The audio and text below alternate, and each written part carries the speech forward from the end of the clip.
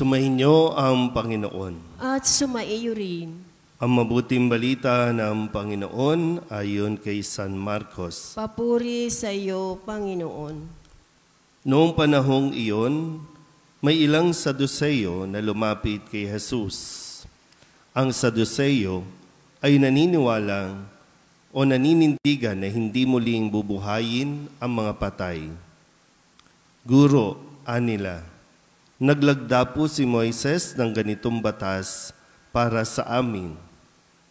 Kung mamatay ang isang lalaki at maiwang walang anak ang kanyang asawa, ang kapatid na lalaki dapat pakasal sa balo upang magkaanak sila para sa namatay. May 7 magkakapatid na lalaki. Nag-asawa ang panganay at namatay na walang anak. Napakasal sa balo ang pangalawa at namatay na wala ring anak. Gayon din ang nangyari sa pangatlo at sa mga sumusunod pa. Isa-isang napangasawa ng babae ang 7 magkakapatid at sila'y namatay na walang anak. Sa kahuli-hulihay, namatay rin ang babae.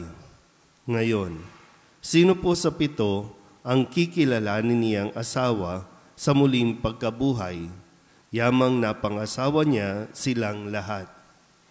Sumagot si Jesus, maling-mali kayo. Alam ninyo kung bakit? Hindi ninyo nababatid ang mga kasulatan ni ang kapangyarihan ng Diyos. Sapagkat sa muling pagkabuhay, ang mga tao'y hindi na mag-aasawa. Sila'y magiging tulad ng mga anghel sa langit. Tungkol naman sa muling pagkabuhay, hindi pa ba ninyo nababasa sa aklat ni Moises ang tungkol sa nagliliyab na mababang punong kahoy? Ganito ang nasusulat na sinabi ng Diyos kay Moises, Ako ang Diyos ni Abraham, ang Diyos ni Isaac, at ang Diyos ni Jacob. Ngunit ang Diyos ay hindi Diyos ng mga patay, kundi ng mga buhay.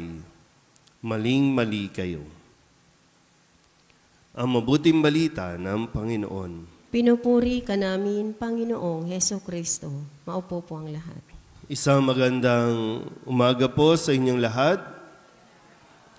Ngayon po ay Miyerkules ng 9 na linggo ng karaniwang panahon at atin pong ginugunita ang kapistahan ni San Bonifacio, isang obispo at naging martir dahil sa paninindigan sa atin pong pananampalataya.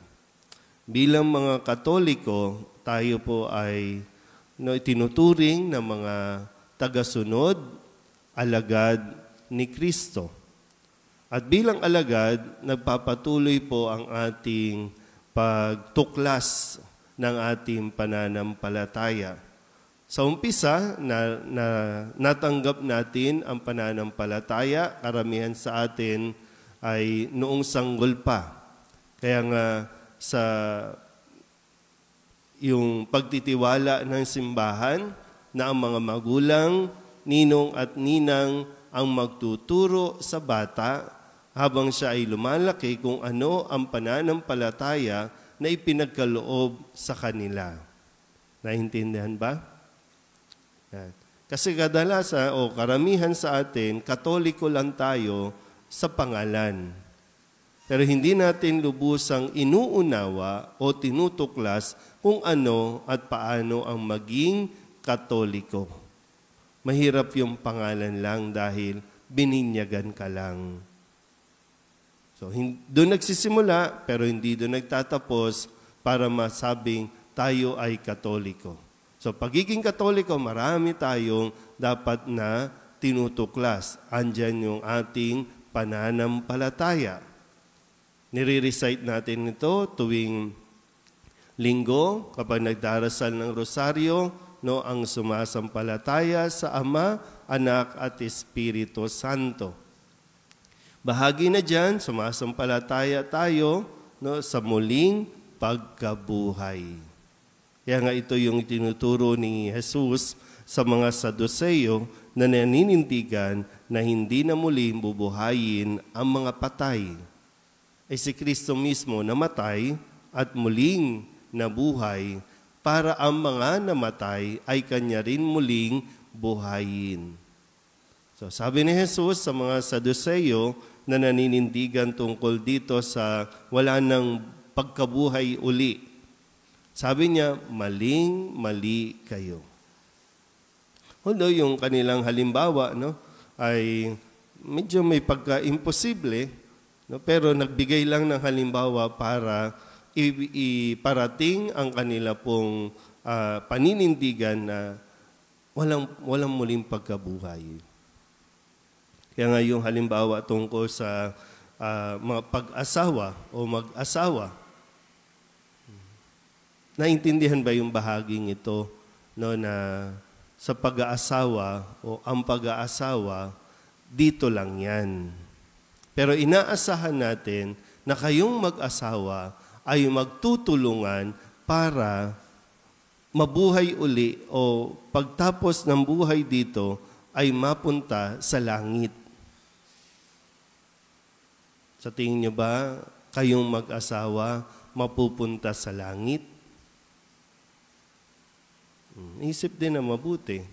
Kasi, di ba, yun yung isang dahilan ng mga mag-asawa. Iparanas mo ang langit, wag impyerno ang iparanas mo dito sa lupa. At tandaan natin, malinaw na sinabi ni Jesus na doon sa langit, tapos na ang pag-aasawa. Hindi na kayo mag-asawa. Pwede mong sabihin yung sinasabi sa mga pelikula, hihintayin kita sa langit. Pero hindi na mag-asawa. Kayo ay mga anghel na. Yun na mismo ang sinabi ni Jesus. Para na kayong, hindi na kayo para, tulad na kayo ng mga anghel. So kahit ilang pang asawa o asawahin mo dito sa lupa, yun nga lang ang tanong, iniisip mo ba kung makakarating ka sa langit? Yun muna eh.